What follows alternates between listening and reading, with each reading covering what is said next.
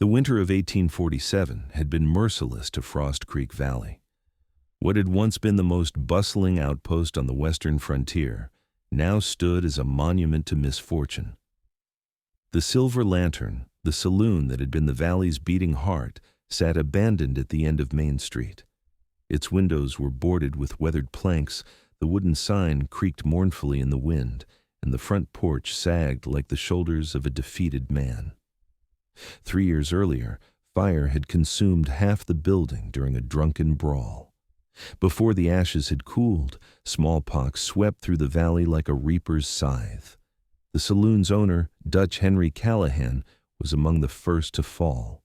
His widow sold what she could and fled east with their children. The territorial government, seeing no future in a plague-marked town, rerouted the planned stagecoach road 20 miles north. One by one, families packed their wagons and left Frost Creek to the ghosts. Those who remained, perhaps 40 souls, scratched out livings from thin soil and thinner hope. They gathered at Mackenzie's general store to share complaints and whiskey, speaking of the valley's glory days as though recounting legends from a forgotten age. No one believed Frost Creek would ever matter again. Josie Whitmore lived in a leaning cabin at the far edge of town where the sagebrush met the tree line. At 23, she was broad as a barrel, with thick arms and a face perpetually flushed from exertion. Orphaned at 14 when her parents died in the same smallpox epidemic that claimed Dutch Henry, she survived by washing dishes at Mackenzie's store, mucking out stables for old man Grayson, and doing any other work people would pay her to do, which wasn't much. Her size made her a spectacle. The men gathered outside the saloon ruins would nudge each other when she walked past, hauling water or carrying firewood. "There goes the whole cavalry," someone would say. "Watch she doesn't crack the boardwalk," another would add. The women were no kinder, whispering behind fans about how tragic it was that such a girl would never find a husband. But Josie carried a secret that sustained her through the mockery. Her mother, before the fever took her, had been the finest cook in 3 territories. In their small kitchen, Sarah Whitmore had taught her daughter the alchemy of transforming simple ingredients into sustenance that could warm not just the body but the soul. Josie could make beef stew that brought tears to weathered eyes, cornbread that melted on the tongue, and coffee so rich and dark it could wake the dead. Every evening, after her work was done, Josie would walk to the Silver Lantern. She would peer through gaps in the boarded windows, seeing past the debris and decay to what had once been. In her mind, she saw oil lamps casting golden light across clean tables. She heard the rumble of conversation and laughter. She smelled coffee and bacon and fresh bread. And in this vision, she stood behind the bar, not invisible, not mocked, but needed. On a cold morning in late March, the Territorial Land Office posted a notice on Mackenzie's door. The Silver Lantern would be sold at public auction to settle outstanding debts. Minimum bid, $40, with proof of $50 more to cover immediate repairs. The building must be operational as a licensed establishment within 3 months, or the sale would be voided and the property reclaimed. The town buzzed with speculation. $40 was a fortune for most residents, but pocket change for anyone serious about the saloon business. A few men talked big, planning to pool resources, but their words evaporated like morning dew once actual money was mentioned. No one expected to see Josie Whitmore at the auction. When she walked into the land office that Friday afternoon, conversation stopped. She wore her cleanest dress, still patched and faded, and carried a canvas bag that clinked with coins. The land agent, Bernard Haskell, looked up from his desk with undisguised surprise. "Miss Whitmore, this is a property auction, not—" "I know what it is, Mr. Haskell." Her voice was steady despite her racing heart. She upended the bag on his desk. Coins spilled across the papers, pennies, nickels, dimes, quarters, a few silver dollars, years of wages saved in mason jars and buried coffee cans. "I have $42.16 for the deposit." The room erupted. Tom Riley, who owned the livery, laughed so hard he had to grip the doorframe for support. Jesus Christ, Haskell, you gonna let a girl who can barely fit through the door run a saloon? Where's she gonna get the other 50? Added Frank Dawson, one of the freighters. She gonna cook it up in her kitchen? Maybe she'll just sit on the place till it's fixed by her own weight, someone called from the back, triggering another wave of laughter. Josie's face burned, but she kept her eyes on Haskell. The agent looked uncomfortable. He glanced at the money, then at the deed papers, then at the crowd of grinning men. Miss Whitmore, the terms clearly state. The terms state I need $40 for the deposit and proof I can raise 50 more. I have the 40. And I'll earn the rest through labor, repairing the building myself. The law allows it.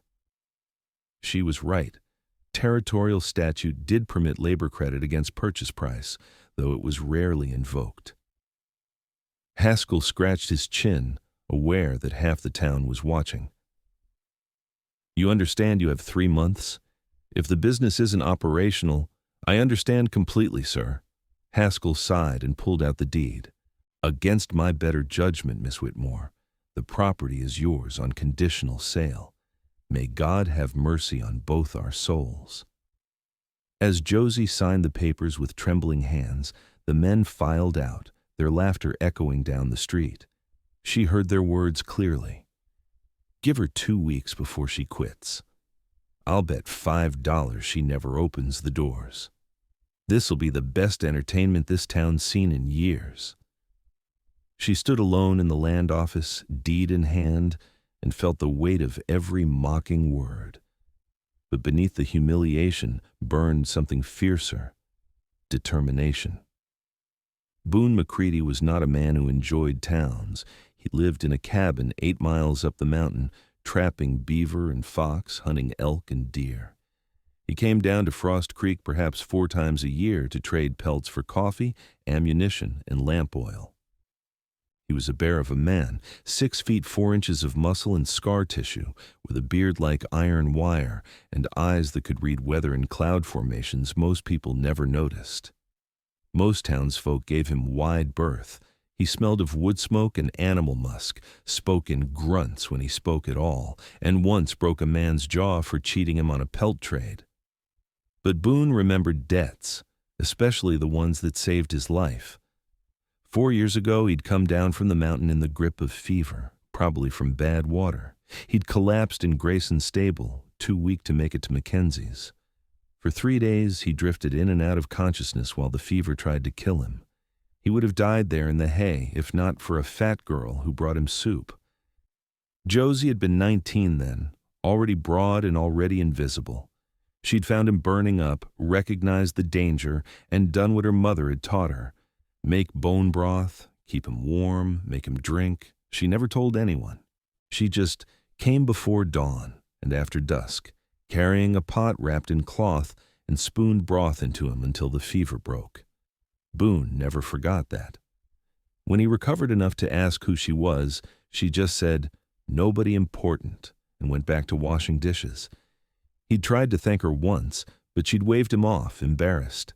Now, on a supply run in early April, Boone heard about Josie's purchase. The men at Mackenzie's couldn't stop talking about it. "That fat girl thinks she's going to run Dutch Henry's old place," Tom Riley was saying, slapping his knee. "She's been out there a week trying to move timbers by herself. It's pathetic."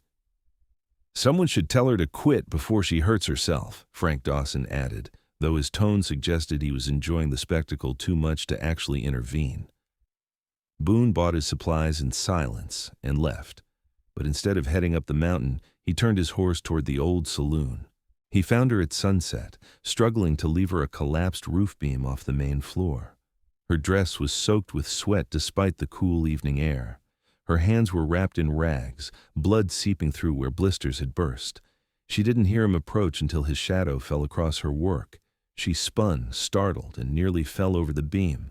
"Mr. McCready, I'm sorry, I didn't hear you. I'm not trespassing. I own this place now. I have the deed." "I know." His voice was gravel scraping wood. He looked around the ruined interior. Shattered furniture, holes in the roof, The bar split down the middle, floors warped from rain damage. "You got a plan for this?" Josie wiped her forehead with a filthy sleeve. "Yes, sir. I've been sketching it out." She fumbled through her things and produced a piece of brown paper covered in charcoal drawings. Her hand shook as she held it out. Boone studied the sketch. Despite the crude execution, the vision was clear. A long bar along the east wall, tables positioned to maximize space for freight crews, a stone hearth in the center for heat and atmosphere, hooks for maps and notices that travelers would need. "The fireplace needs rebuilding," he said. "These support beams are rotted through. You need new window frames or the glass won't hold." "I know. I've been making a list. I'll be back tomorrow night with lumber." He handed back the sketch. Josie blinked. "Mr. McCready, I don't have money to pay." "Didn't ask for money." He turned toward his horse, then paused. "You brought me soup when I was dying. Nobody else did. We're even after this." Before she could respond, he rode into the gathering darkness. True to his word, Boone appeared the next evening with a wagon loaded with cut pine and cedar. Without ceremony, he began hauling timbers inside. Josie, after a moment of stunned gratitude, grabbed her end and pulled. They worked through the night by lamplight. Boone's experience with building wilderness cabins translated perfectly to the saloon's needs. He showed Josie how to notch beams for proper support, how to level a floor, how to chink gaps that would let in winter wind. She learned to handle an adze and draw knife, to read wood grain, to drive nails without splitting the timber. During the day, she still worked her jobs. Mackenzie couldn't afford to lose his dishwasher, and Grayson needed his stables cleaned. But from dusk until past midnight, she and Boone transformed the silver lantern. Her hands became a map of calluses and cuts. She lost weight from the labor, but gained muscle. Her arms, which had always been thick, now carried real strength. The townspeople noticed the changes. The sagging porch was rebuilt. New windows appeared, actual glass panes instead of boards. The roof no longer leaked. The sign was cleaned and repainted, its silver letters catching the sun. The laughter didn't stop, but it changed tone. Now there was uncertainty mixed with the mockery. "She might actually pull this off," someone muttered at Mackenzie's. "Don't be stupid," Riley shot back. "Even if the building's fixed, who's going to come to a saloon run by her?" Josie set her opening for the first Saturday in June. She spent 2 days cooking, massive pots of beef stew thick with carrots and potatoes, dozens of cornbread loaves, a venison roast that filled the building with mouth-watering aroma, and coffee strong enough to strip rust.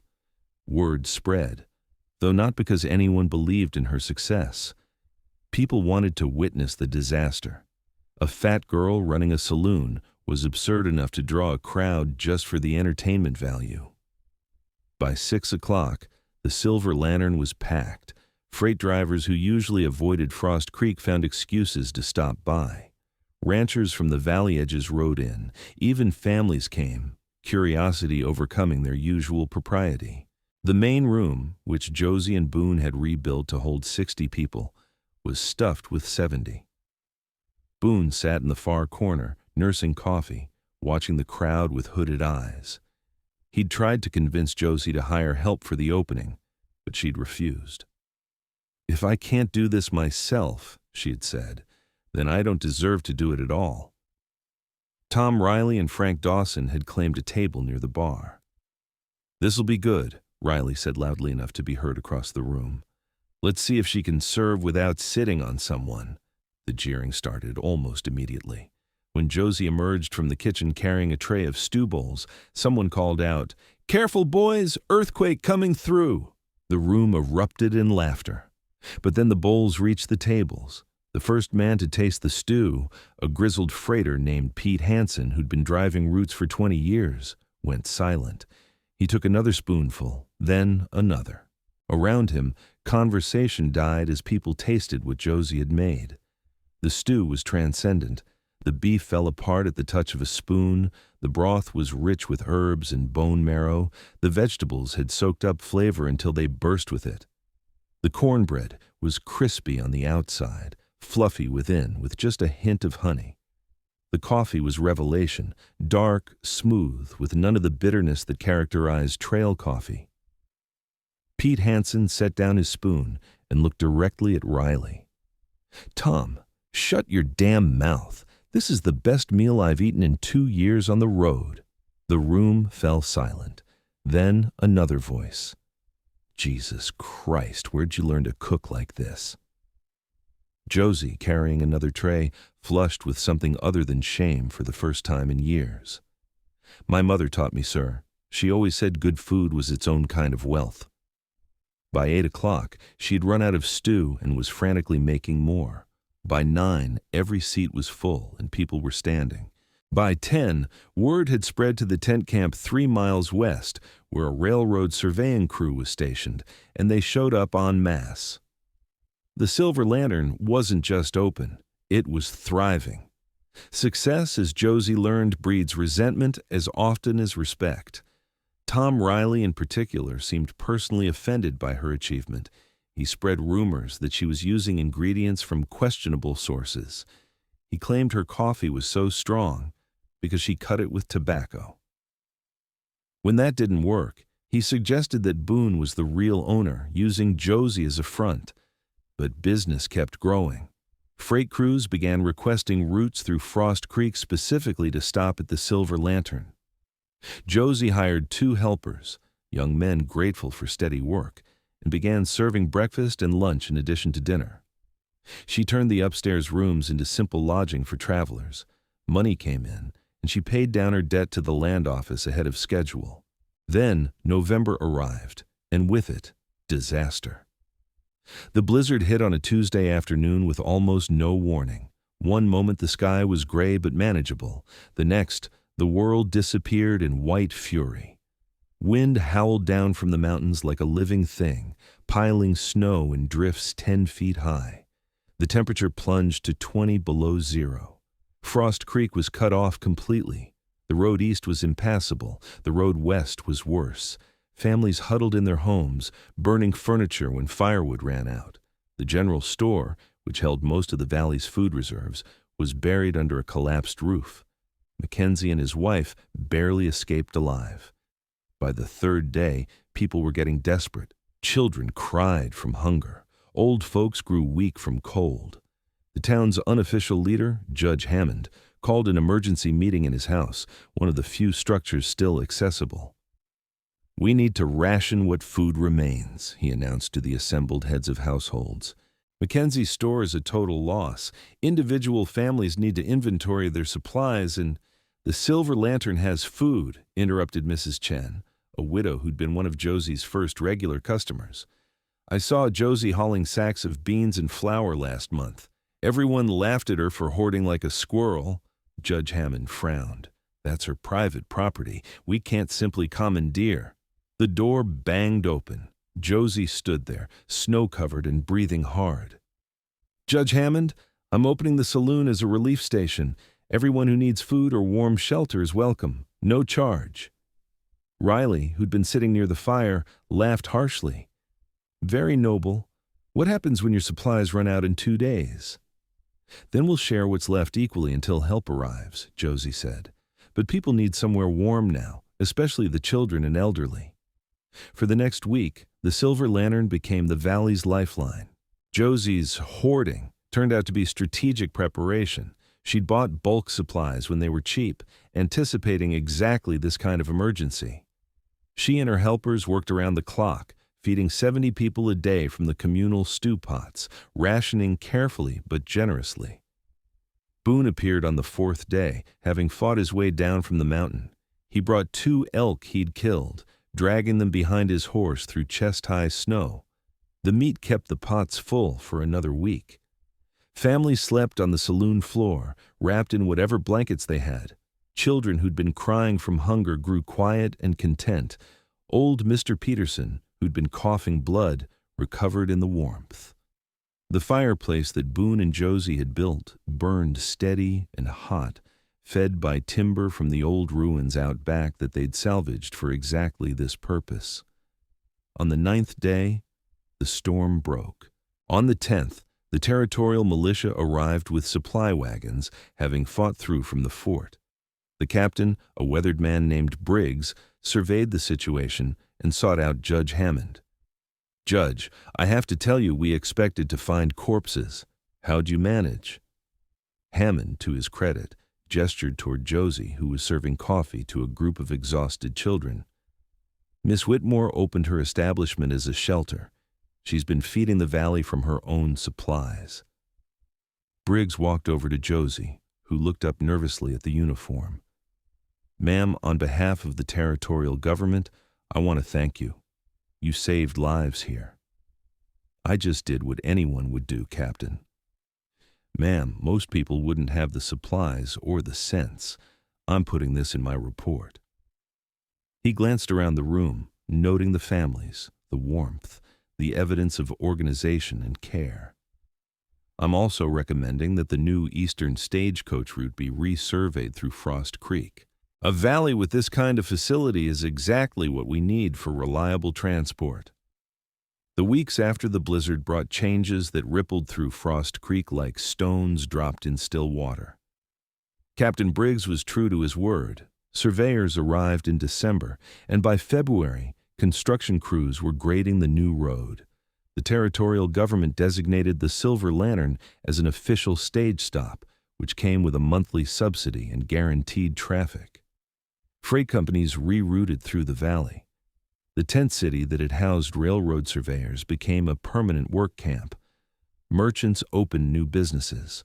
Mackenzie rebuilt his store, twice as large as before. Within 6 months, Frost Creek's population tripled. And at the center of it all stood Josie Whitmore, who'd transformed from the town's punchline into its indispensable anchor.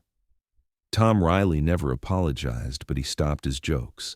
Frank Dawson became a regular customer, always polite, always generous with tips. The women who'd whispered about her now brought their daughters to learn cooking techniques. Josie hired more staff, 8 people by spring, 12 by summer, and paid them fairly. But the most profound change was quieter, visible only to those who looked closely. Boone stopped returning to his mountain cabin. It started practically. The Silver Lantern needed a reliable source of game for the kitchen. Boone, who knew every game trail in the territory, began hunting specifically for the saloon. He'd bring in deer, elk, rabbits, wild turkey, always the right amount, always properly dressed.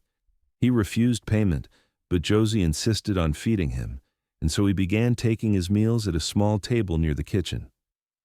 The table became a routine. Breakfast, when the morning rush died down. Dinner, after the evening crowd thinned. They didn't talk much, but the silence was comfortable. 2 people who understood labor and solitude. One evening in late summer, Josie brought him coffee and sat down across from him, which was unusual. She had something on her mind. He could tell from the way she turned her cup in circles without drinking. "Mr. McCready," she said finally, "I've been thinking. Dangerous habit." That surprised a laugh out of her. "I want to expand. The territorial government is talking about a proper hotel, and I have the capital now to build it, but I'd need someone I trust to manage the land, the construction, the supply lines." She met his eyes. "I'd need a partner." Boone studied her face. She'd changed since that first desperate day at the land office. The weight she'd carried as shame had become strength. Her face, once perpetually flushed from humiliation, now colored only from honest work. She moved through her domain with confidence, commanding respect from teamsters and merchants twice her age. "What kind of partnership?" "Business at first," she said carefully. "Equal stake in the expansion.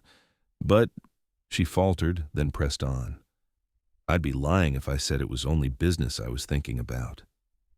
The words hung between them. Outside, a freight wagon rattled past. Inside, the kitchen staff laughed at some private joke. The fireplace crackled. "I'm not a man built for society, Josie." His voice was rough. "I can hunt and build and fight. I'm no good with people." "You're good with me." "That's different." "Why?" He considered this, turning his own cup now. Because you see the work, not the noise around it. You judge people by what they build, not what they say they'll build. He paused. That's rare. Then stay, she said simply. Help me build more. Boone reached across the table and took her hand, rough calluses meeting their equal. I'll stay. They married in October in the saloon's main room with half the valley in attendance. Judge Hammond performed the ceremony. Mrs. Chen cried. Even Riley gave them a begrudging toast. Never thought I'd see the day, but here's to the mountain man and the woman who rebuilt this town with her bare hands. May they prosper. The expansion began that winter. Boone designed it based on his mountain cabin principles, solid, efficient, built to last. They constructed a proper hotel adjacent to the saloon with 20 rooms, a separate dining hall, and a stable that could accommodate 30 horses. Josie hired a manager for the saloon so she could oversee the larger operation. By the time spring arrived, the Silver Lantern had become the Silver Lantern Hotel and Way Station, the finest accommodation between Fort Kearny and Sacramento. Territorial officials stayed there, army officers, merchant princes. Even a senator touring the frontier spent 3 nights and wrote in the guest book, "The finest establishment west of St. Louis, run by the finest people I've met anywhere." But Josie's favorite moments weren't the grand successes. They were the small ones. Boone reading by the fireplace after a hunting trip, content to be inside 4 walls. The staff Christmas party where her employees laughed and sang. The day a young woman, fat like Josie had been, came looking for work and was hired on the spot without comment. 3 years after their marriage, on a summer morning bright with promise, Josie gave birth to a daughter. They named her Sarah after Josie's mother. The baby was healthy and loud, and Boone held her with a gentleness that surprised everyone who knew his reputation. As Josie recovered, lying in their private quarters above the hotel, she watched her husband rock their child and felt a completeness she'd never imagined possible. Outside, freight wagons rumbled into the courtyard. Inside, the breakfast service was in full operation, her staff moving with practiced efficiency. "You ever think about that first day?" Boone asked, not looking away from Sarah's tiny face. "When you walked into Haskell's office?" "Every day," Josie admitted. "I think about Riley's laugh, Dawson's bet, the way they were so certain I'd fail." "Regret it?" She thought about that. "No, their doubt made me stronger.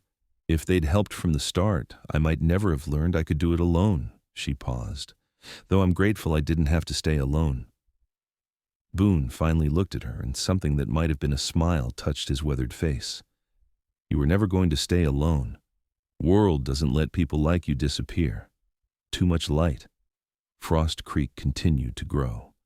The railroad came through in 1852, and the Silver Lantern became a destination rather than just a way station. Josie and Boone eventually owned half the valley, hotels, freight services, a lumber mill, but they never forgot the work that built it. On slow afternoons, when Josie walked through her domain, she sometimes paused at the original saloon bar, now preserved as a historical artifact in the hotel lobby. She'd run her hand along the scarred wood, remembering bleeding hands and bitter laughter, remembering the weight of mockery and the strength it forged.